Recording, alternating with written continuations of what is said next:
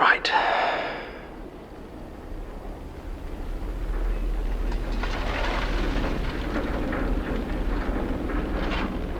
The heat of the furnace curls the hair on Derek's arm. It burns in a way that is as familiar as it is stomach-churning. Like the end of a cigarette, or the flush of a childhood face as it tries to block out the noises, the shame of being told to stop lying by the policeman who plays poker with his dad.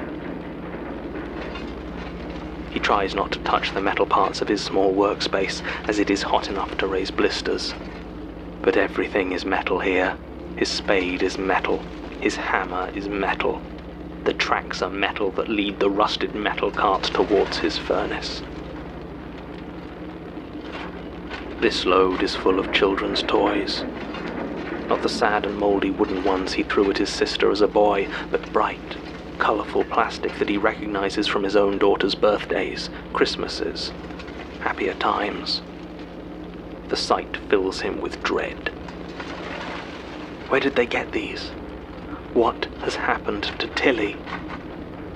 He wants to run, disappear into the night, calling her name, but he remembers what happened the last time he left his post. What the overseer took from him. His shovel digs into the pile of happy memories, and he tosses it into the flames, one grueling motion after another. The burning plastic fumes hit him, and for a moment he staggers, reaching out a hand to steady himself. His palm sizzles as it comes to rest on the furnace, and he draws it back with a stifled yelp. He knows what happens in this place if you draw attention to yourself by screaming. His shovel goes back into the pile and meets an unexpected resistance. Something soft and almost spongy. He knows the texture well, and as he pulls the spade away, the bright blood on it confirms his fears. Another sharp sting of panic washes over him, electric pulses of fear causing his muscles to lock in place for a moment. Then he begins to load the furnace faster, frantically hurling away anything blocking the view of the body, desperately hoping to see... It's not her. It's someone else. Derek doesn't know the man who lies in the cart, lifeless eyes staring at him from a head split in two by a careless shovel blow. He pauses for a moment, then goes to his task, hacking up the corpse and loading it into the hungry flames. The smell hits him, sickening him as it always does, tinged with that cloying, greasy nostalgia. I got you. That's what Colin had always said to him when they were kids. And he had always meant it. When Derek needed somewhere to stay when his dad was on the warpath, I got you. When Derek needed a little something to take the edge off, I got you.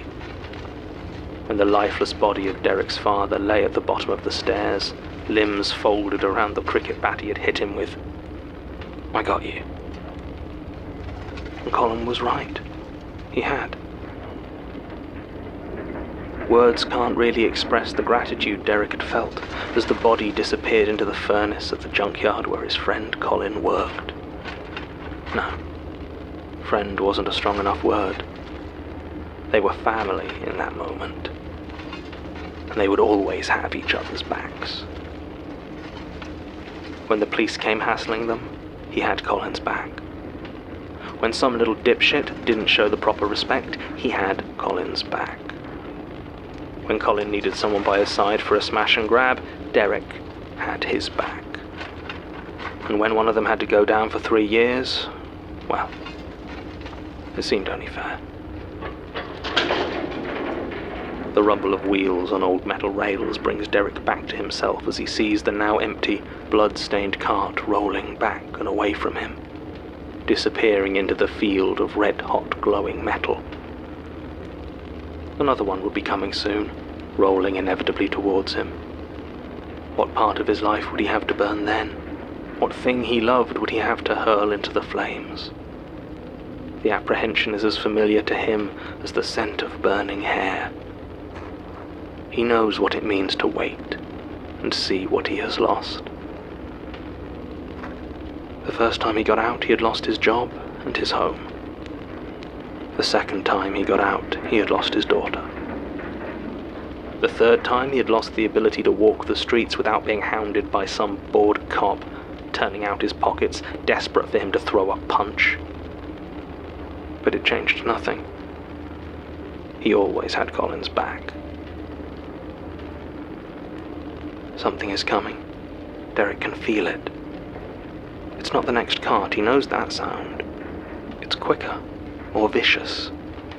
Panting, snarling, bloody feet speeding quietly over through the heat of the yard, a hatred, a deep, self-righteous loathing charging before him. It is the sharp end of the violence that has wanted him all his life, and Derek has less than a second to recognize her face before she begins to tear him apart. Another victim, another hunt. The pain and terror courses through him. Derek is still aware as she toys with him, pulls bits from his torso and chews them with 100 sharpened teeth. He is aware, though not, perhaps, alive.